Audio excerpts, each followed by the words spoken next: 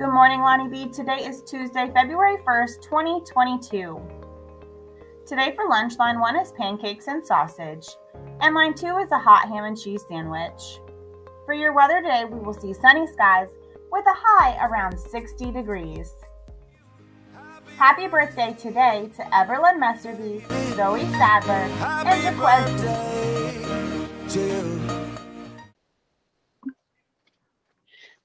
Rebecca Lee Thomas was the first African-American female doctor in the United States before she had became a doctor.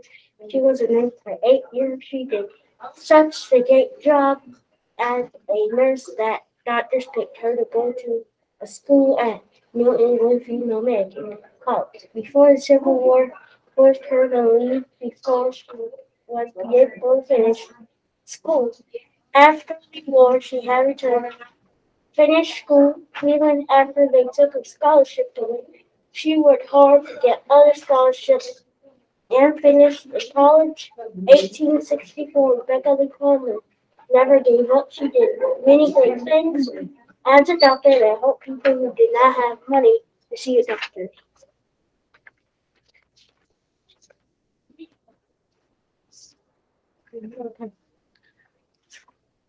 Dr. James Wlbn Smith was an American doctor, pharmacist, abolitionist, and author who was born in Manhattan.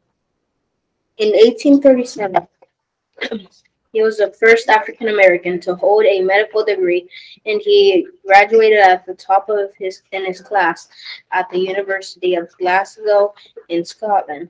He directed his talents to the eradication of slavery. In 1859, Frederick Douglass declared, "No man in this country more thoroughly understands the whole struggle between freedom and slavery than does Dr. Smith, and his heart is as broad as his understanding."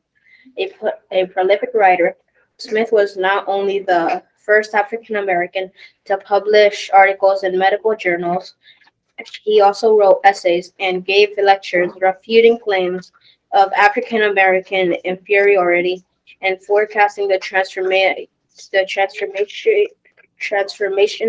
impact African Americans were destined to make on world culture. Smith was born enslaved in New York City in 1813 to Wlbn Smith, a woman born in Charleston, South Carolina, who historians believe was brought to New York in bondage. While James McCune Smith never knew his father, university records indicate he was a merchant named Samuel Smith. Smith received his primary education at the African Free School No. 2 on Lower Manhattan, Mulberry Street, an institution founded in 1787 by governing the New York elites. Their aim was to prepare free and enslaved African Americans to end that they may become good and useful citizens of the state. Once the state granted full emancipation in New York, Smith established his medical practice at 55 West Broadway, where he also opened the first Black-owned pharmacy in the United States. He saw all his patients, men and women. Smith served for 20 years as the medical director of the Colored Orphan Asylum.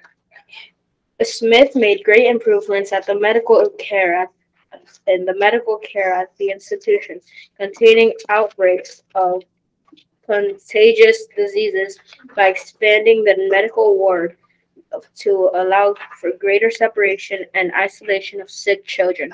Smith died in November 1865 of congestive heart failure, living his final years in Williamsburg, Brooklyn.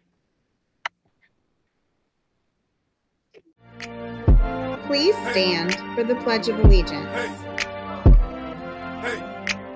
I pledge allegiance to the flag of the United States of America and to the republic for which it stands, one nation, under God, indivisible, with liberty and justice for all. Please join us for the school mission statement. Learning to lead, leading to learn, betters myself home, school, and world.